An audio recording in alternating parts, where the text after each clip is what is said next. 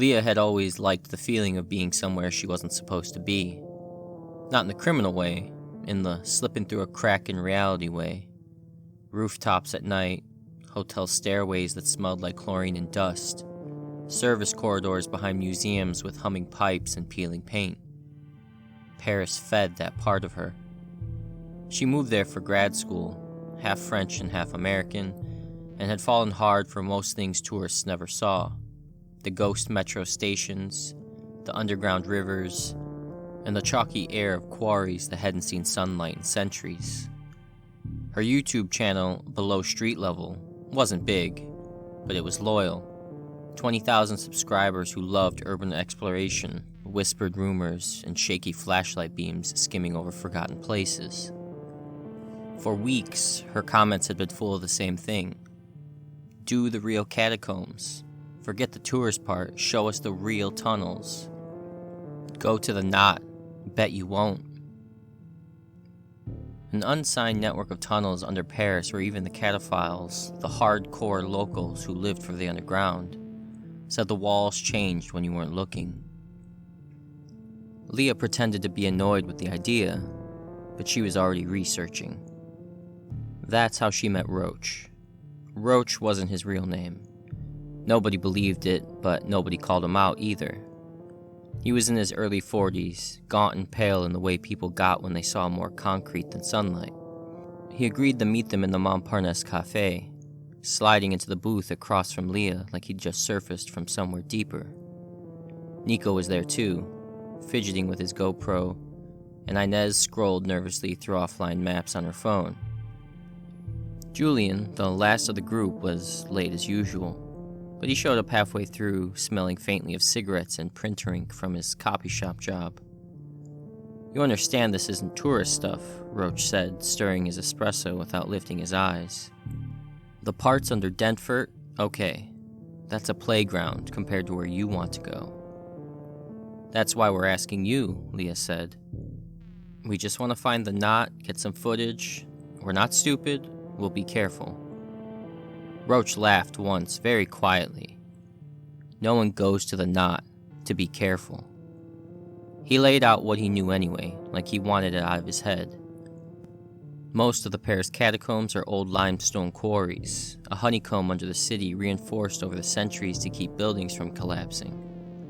Some sections are mapped, some semi-legal, some sealed completely.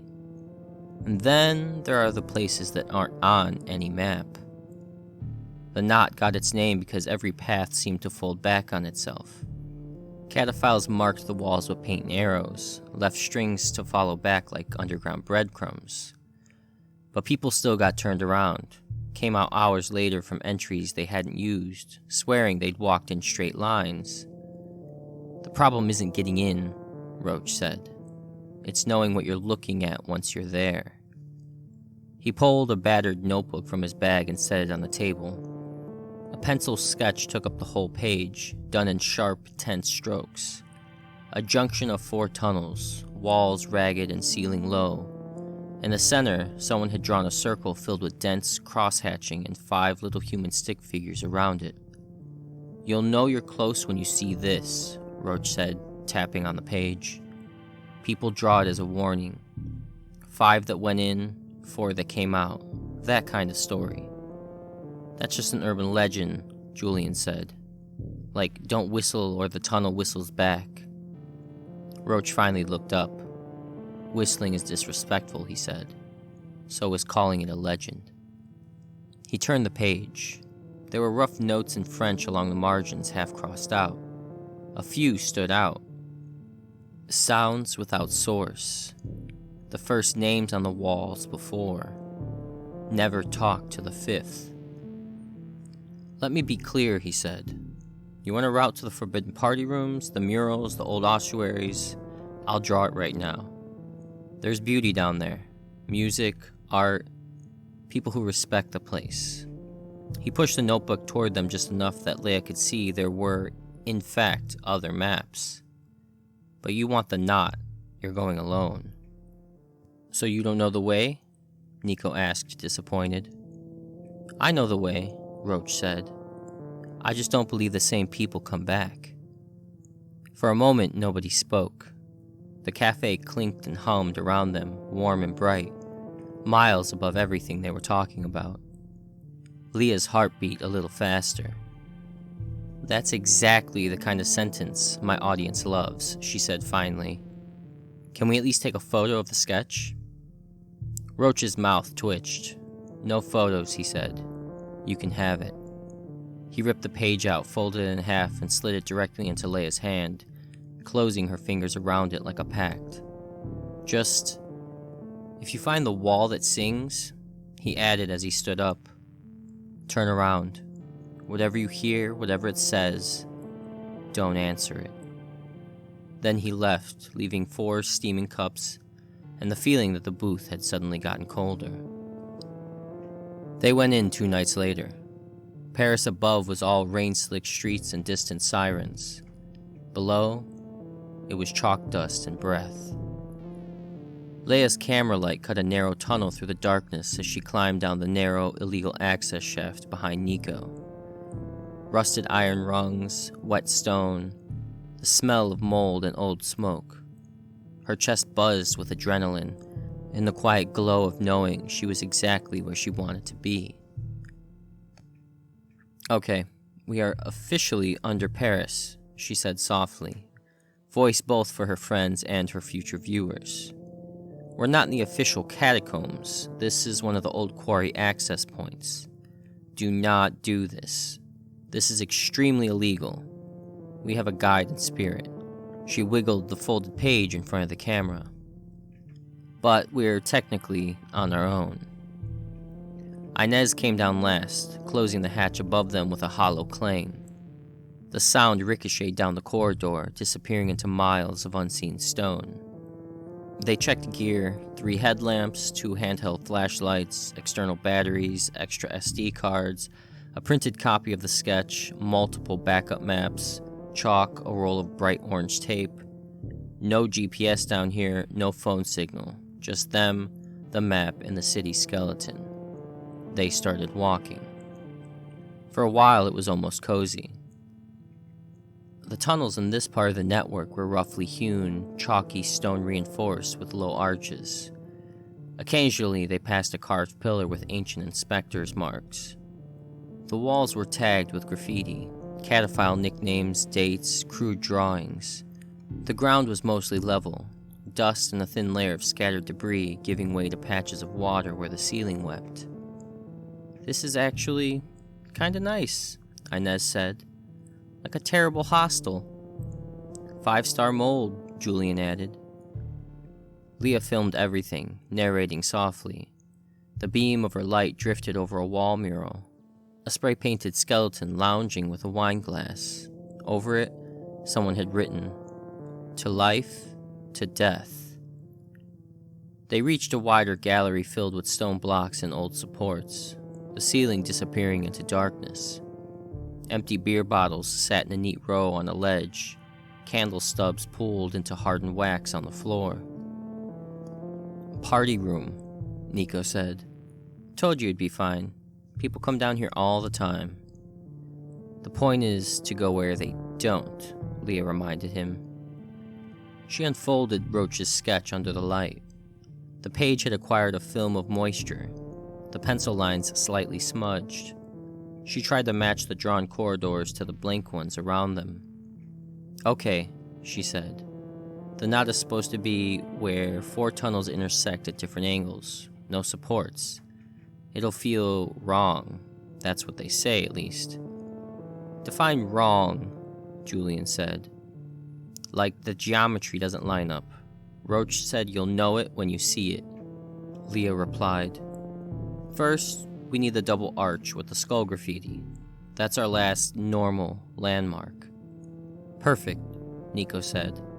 "I always like to know where my last normal thing is." They moved on.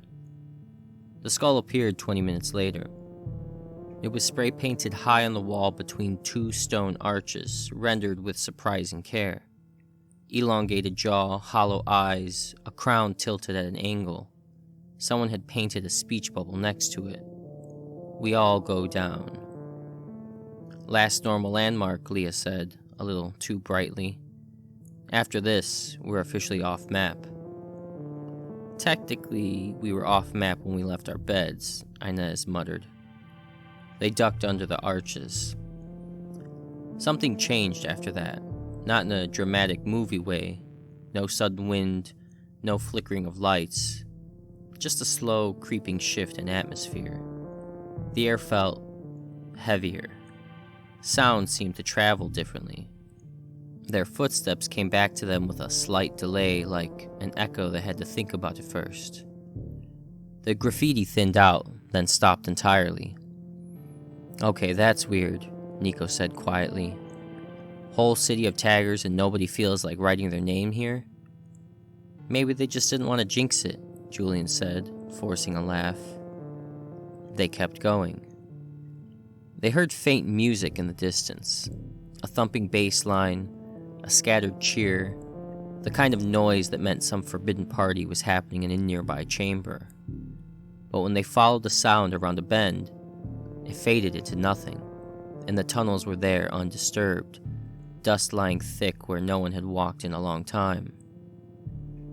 I don't like that, Inez said.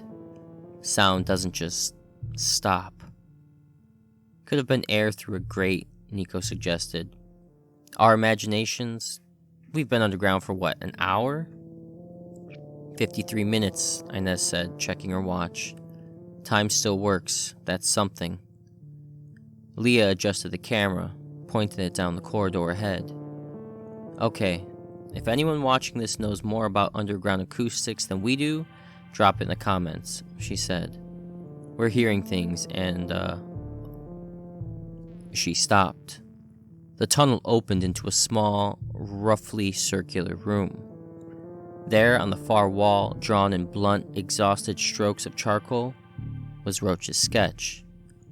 4 tunnels leading in, a circle in the middle, cross-hatched into darkness. 5 little stick figures, arms up, arranged around it. Underneath, in smeared black letters, "Do not talk to the 5th." Well, Julian said softly, that's comforting. The knot has to be close, Nico said. This is like a warning sign. Or a lure, Leah thought, but didn't say. She filmed the drawing from a few angles, fingers a little unsteady on the camera. Her light picked out fingerprints in the charcoal, evidence of whoever had been desperate enough to leave the message. In the center of the room, etched into the floor, someone had carved a circle. Scuffed boot marks ringed it like people had stood right on the edge. Okay, Inez said. We saw it, we documented it. Can we turn around now? We've come this far, Nico said. And Roach said a lot of dramatic things to scare us, Nico cut in. He also said he knew the way and still comes down here. Look, we go a little further, and if anything feels too wrong, we turn back. Agreed? Nobody liked it, but nobody wanted to be the one who ruined the trip either. So they kept going. The passages narrowed. Once, they had to go sideways, backs scraping damp wall, arms pinned against their chests as they shuffled through a slit of rock no wider than a coffin stood on end. On the other side, the tunnel dropped sharply, water slick on the stone. Careful, Leah said automatically, reaching back to help Inez. Nico, film this descent, it'll look amazing. She turned, Nico was right behind her. So who just squeezed past her in the dark? Her breath caught. The light from her camera swung wildly, hitting Nico's face. He squinted. Stop blinding me, he said. Everything okay? I thought someone... Never mind, it's fine. She told herself it was just a combination of cramped space and adrenaline. A sideways brush of her own backpack strap, or a shadow, or nothing. They clambered down. The tunnels leveled out into a long, straight corridor. No arches now. Just raw, low ceiling, stone sweating slow drops. The floor sloped almost imperceptibly, making them feel like they were walking uphill no matter which way they faced. This part isn't on any map, Inez said, checking again. Analog, digital, nothing. That's because we're pioneers, Julian said. 15 minutes later, they passed a spray paint arrow on the wall. It pointed back the way they had come. Underneath it was a name, Leah. Not just her name, her handwriting. Everyone froze.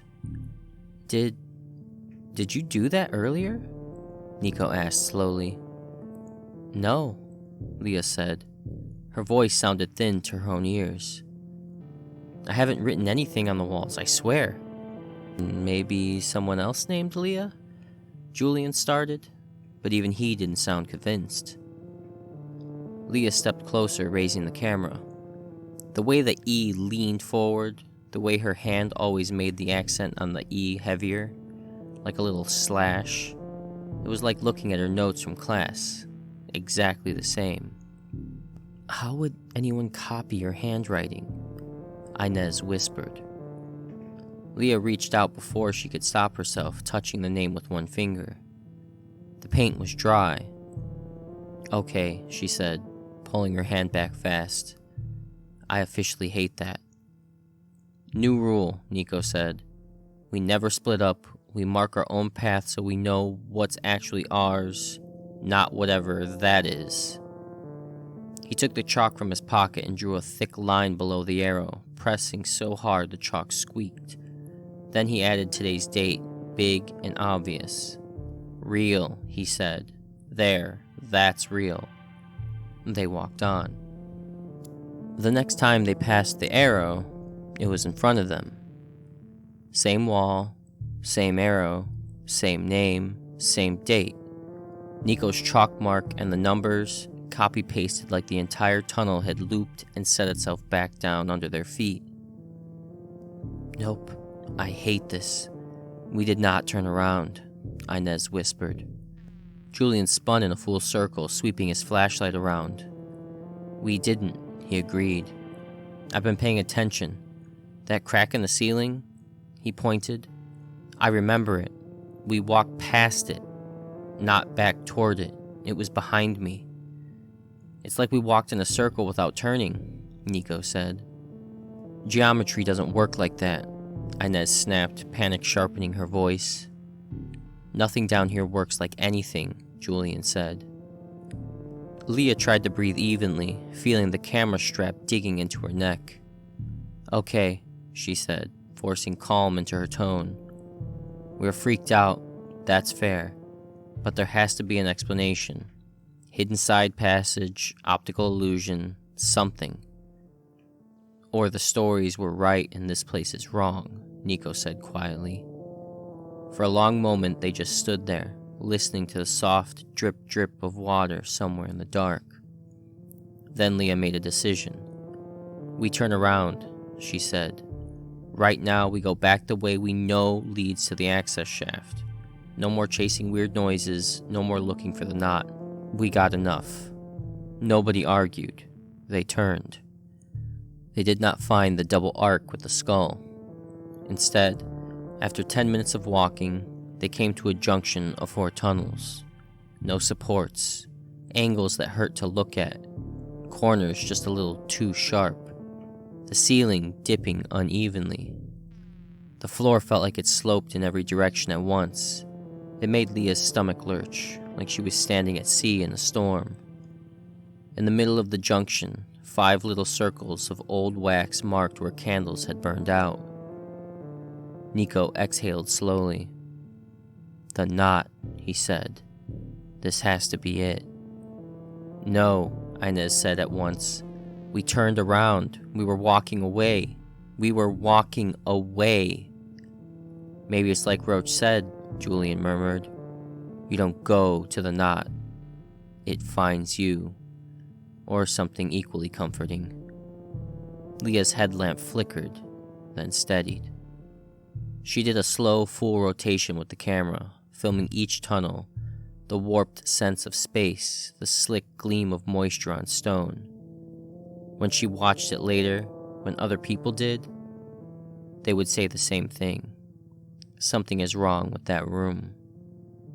You can't say exactly what, but your eyes don't like it. Okay, she said, the words shaking a little. We're leaving. We pick a direction, we mark it, and we do not stop walking until we hit something familiar. Which direction? Nico asked. They looked at the 4 tunnels. They all looked the same. Dark, narrow, waiting. As they hesitated, a sound drifted down one of them. Voices, footsteps, laughter. Not a party, not a crowd. 4 distinct voices overlapping in easy, tired conversation. Leah's, Nico's, Inez's, and Julian's. And then, under them all, a 5th voice that sounded like someone trying on a human accent for the first time. It came from the tunnel directly opposite where they'd entered. Leah's skin crawled. That's us, Inez whispered. That's literally us. We're looping audio somehow, Nico said quickly, like if he could explain it, he could make it harmless. Our own echoes bouncing around, distorted. The 5th voice laughed, not quite right. The words blurred like they were being spoken through a detuned radio, but the tone was unmistakable, delighted. It called Leah's name, her full name, middle name and all. Nobody uses my middle name, she said faintly. Nobody. It's not on my channel, it's not... Don't answer, Inez said, voice barely audible. The voices grew clearer, footsteps coming closer, but no light appeared. Just sound rushing towards them down the tunnel like water in a pipe. Leah remembered Roach's handwriting. Don't talk to the 5th. She swallowed hard. Okay, she said, trying to sound like this was all still just a video and not their lives. New plan. We leave through the way we came, not the way something wants us to go. We backtrack. Her camera cut out for a second. Not the light, the recording.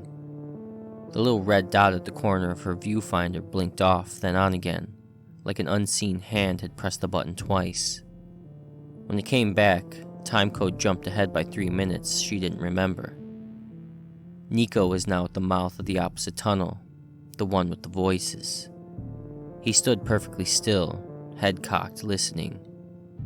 Nico? Leah said. He didn't respond. Nico, she said louder, stepping toward him. Hey, look at me. He turned slowly. His face looked the same.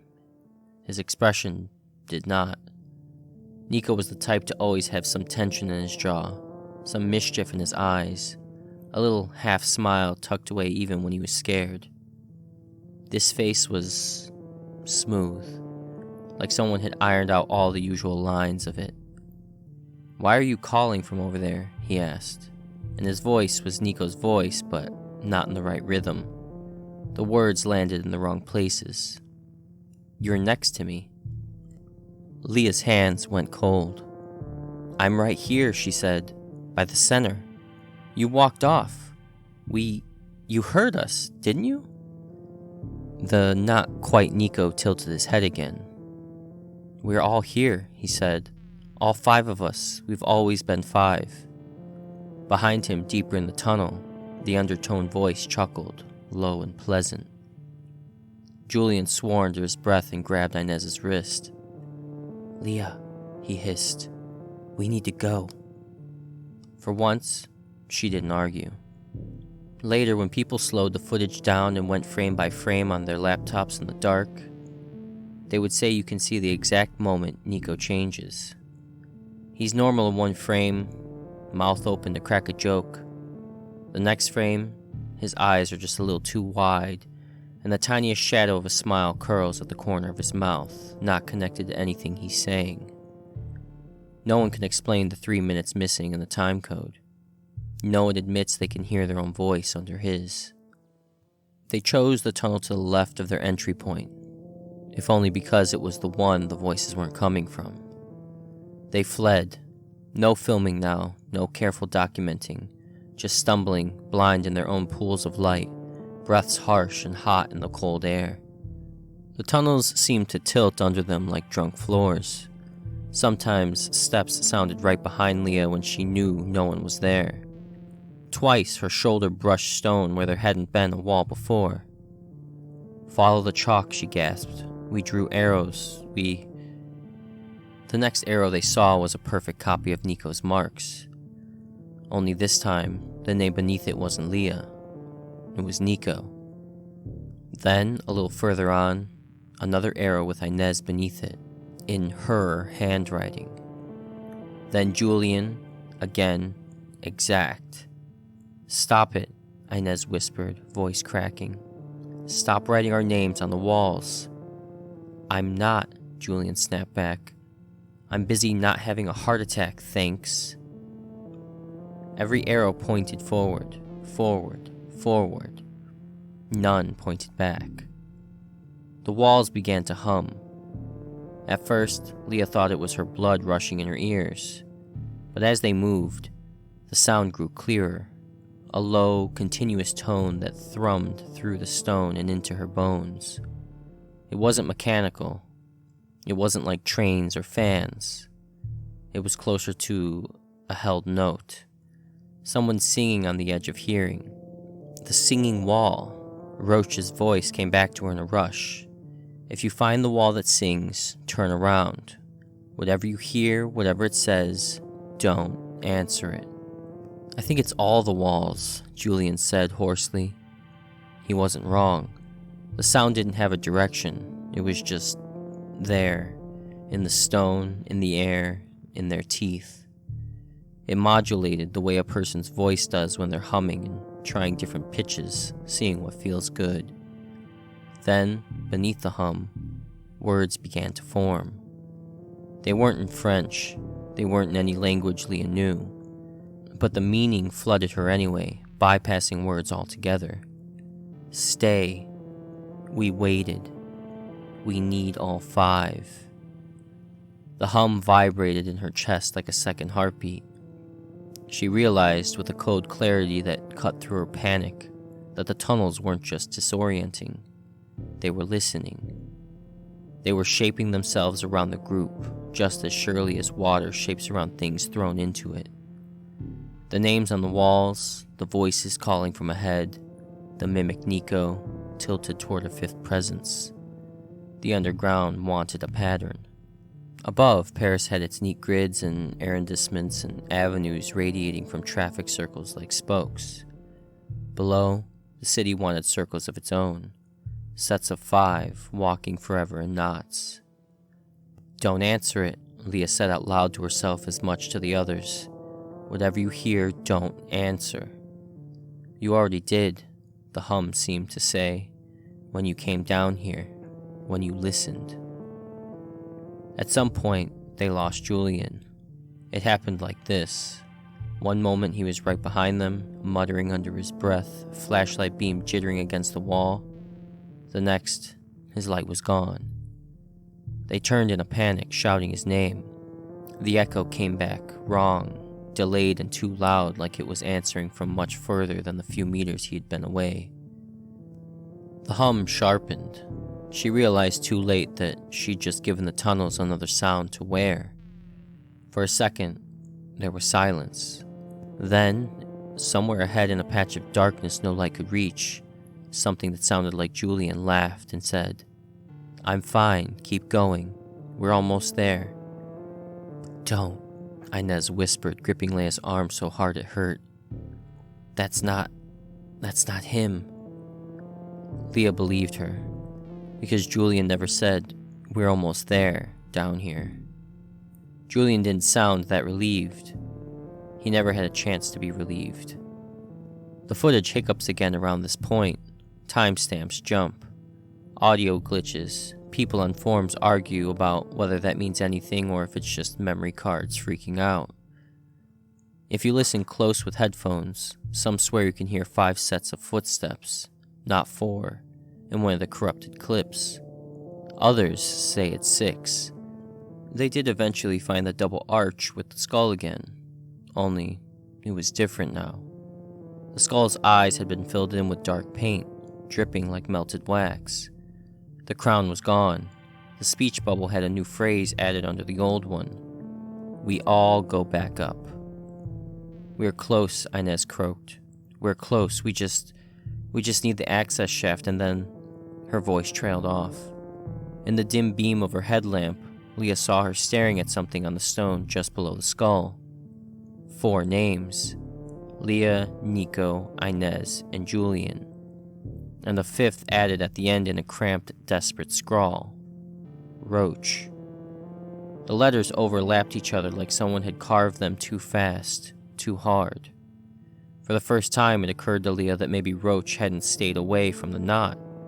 Maybe he had come back once, and maybe the tunnels hadn't let that version of him leave.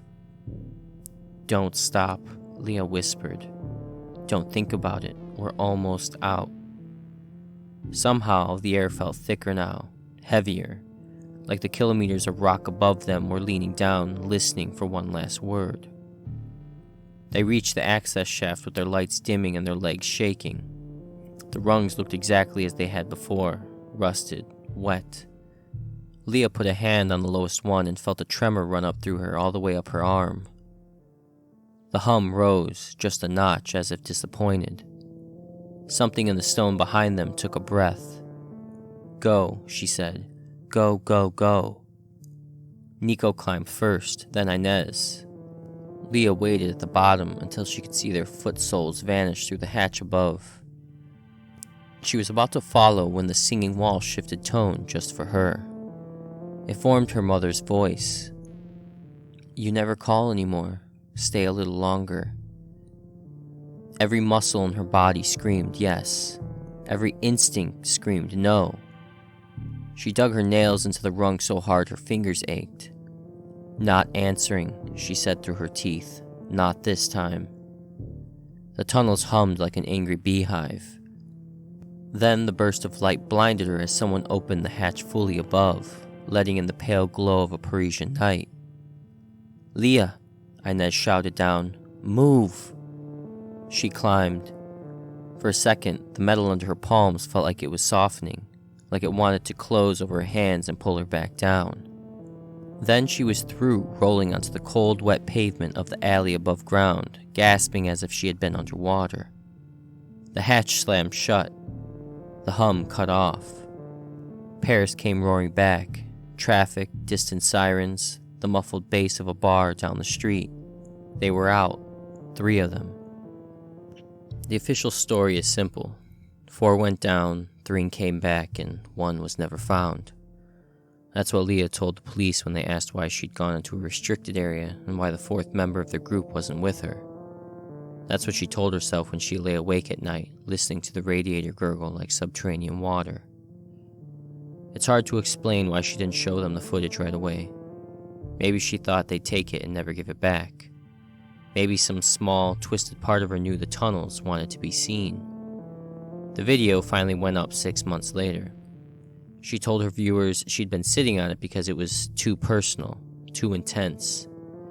In between, she posted safer things: rooftop explorations, abandoned factories, nice, digestible content that didn't involve underground knots or missing friends. When she did upload the Catacombs episode, she cut it carefully. You see them going down, you see the party room with the beer bottles, the skull graffiti, the rough drawing of the 5 around the circle, a hint of the wrong-angled junction, but not enough to really study it. You don't see the names on the walls. You don't hear the 5th voice clearly. You see a glimpse of the singing wall section, but the audio dips under music, a royalty-free track she added in editing. In the final shot, the camera is propped up on the pavement, looking straight at the hatch as 3 figures climb out and walk away into the alley. Leah, Nico, Inez. It's only when some guy on Reddit freezes the very last frames that people notice something else. At the far edge of the shot, just before the battery dies, there's a shape half in shadow, standing where the alley meets the street. Not close enough to be lit by the camera, just watching. The outline is human. The stance is not.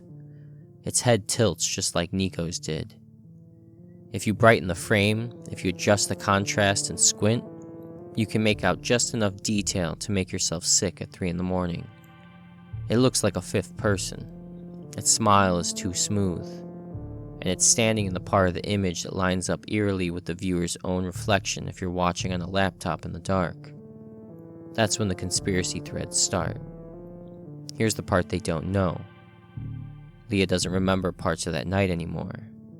She remembers going down, she remembers the skull, the hum, Julian laughing behind her. Then there are gaps in her mind, slides off like wet stone. Sometimes when she watches her own videos back to answer comments, she hears things other people say they don't. Her voice doubled, Inez humming under her breath when she swears she never hummed, Julian whispering from somewhere far off frame. Sometimes she pauses on a shot of the walls and sees her handwriting where no one else does. Once, she woke up at 3 a.m, standing in front of her bathroom mirror with chalk dust under her fingernails and a half-drawn circle on tiles behind her. In the reflection, for half a second, she swears there were 5 people in the room. Her, Nico, Inez, a blurred, half-formed Julian, and a fifth shape standing just behind her left shoulder, leaning in to listen. She didn't turn around. She just closed her eyes and counted her breaths until the tingling at the back of her neck went away. If you go to Paris and take the official catacombs tour, you'll walk down a long stone hallway lined with skulls and femurs neatly stacked like macabre library shelves. A guide will tell you in several languages about quarry collapses and cemeteries and the city of the dead. You'll see signs that say, "Stop, this is the Empire of Death." You'll take pictures, you'll post them, you'll go back up into the light, you'll think you've seen the tunnels under Paris. You'll be wrong. Those are the quiet places, the organized ones, the ones the city is willing to admit to. The other tunnels are still there, shifting gently like something in its sleep, humming to itself in the dark rock. They remember everyone who walked them. They wear their voices like borrowed coats. Sometimes late at night, if you're watching Leah's video with headphones on, volume up, hand hovering over the spacebar, you'll hear something strange. In the background, under her narration, under the added music, under the faint hiss of poor audio, you'll hear someone say your name. Just once. In your mother's voice, or your partner's, or your own. You'll tell yourself it's just pareidolia, just your brain looking for patterns. You'll hit rewind, and you won't hear it again. But for a few hours after, the pipes in your walls will sound like singing. The shadows of the corners of your room will feel a little deeper, like the world is waiting for you to take one wrong turn. And when you finally fall asleep, you'll dream of a junction of 4 tunnels, stone wet under your shoes, air humming like a held note. There will be 5 circles of wax at your feet. 4 other figures, backs turned, will already be walking into the dark. Something unseen will lean very close, lips almost at your ear, and ask in a voice that sounds like you, "Which way do we go?" If you think about it when you wake up, sitting there in half light with your heart pounding, you'll remember something else. You answered. If you made it this far into the dark with me, hit like, subscribe, and come back to Midnight Delight for more stories you probably shouldn't listen to alone. Good night.